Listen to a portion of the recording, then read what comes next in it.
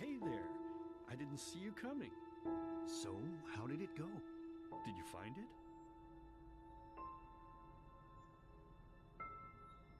No? Pity. Maybe you're simply looking in the wrong places. Did you ever think of that? Oh well, who knows? Say, why don't you go inside and see if you can help Mommy with the cooking? The Creator was kind to us today and sent a big fat elk right in front of my bow. All right?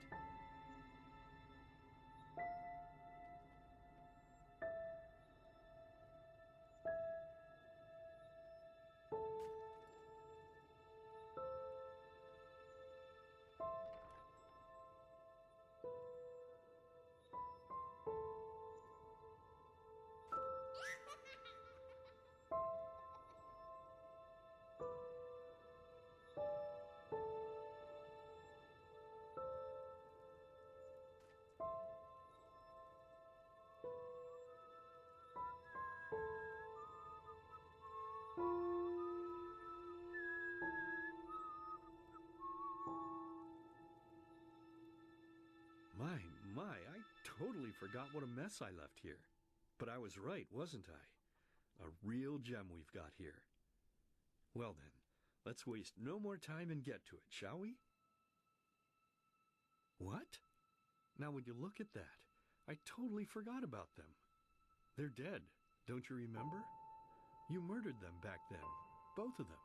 But hey, no use crying over spilled milk, right? At least this means there's more meat for the two of us. You still remember how to do this, right? First, off with the skin. Slice up the belly, then out with the entrails. I'll look for a nice sharp knife in the meantime, to cut off the head. I don't think either of us wants to eat that, do we?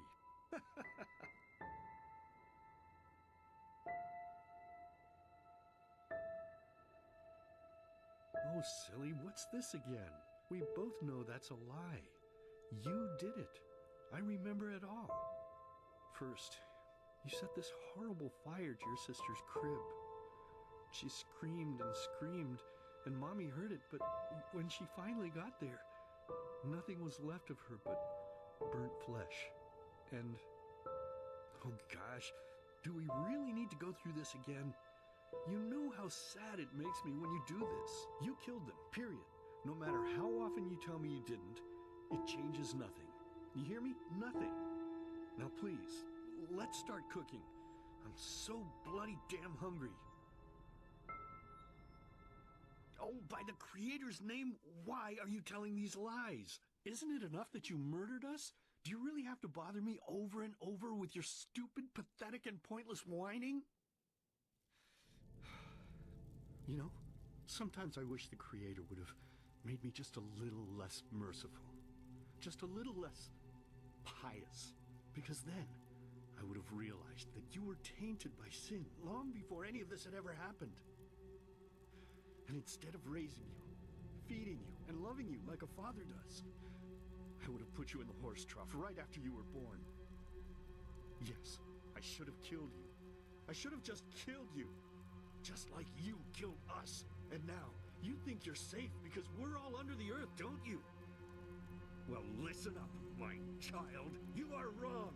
And do you know why? Because the dead don't forget. Do you hear me? The dead don't forget.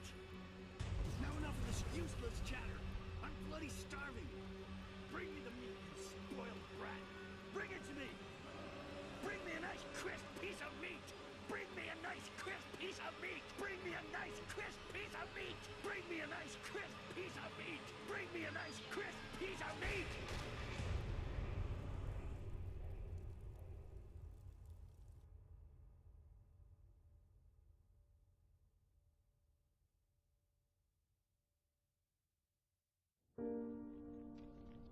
Let's begin with a question. It might sound simple to you at first, but I pray you to think about it. What distinguishes a free man from a slave? For now, however, let us start this story where another one ended 3 years ago, with the death of the Lightborn. For 4,000 years they had reigned over this world, 7 arcanists who, through their magic, had acquired eternal life.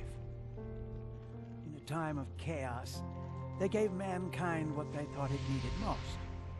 They ruled over with an ironclad, fair hand.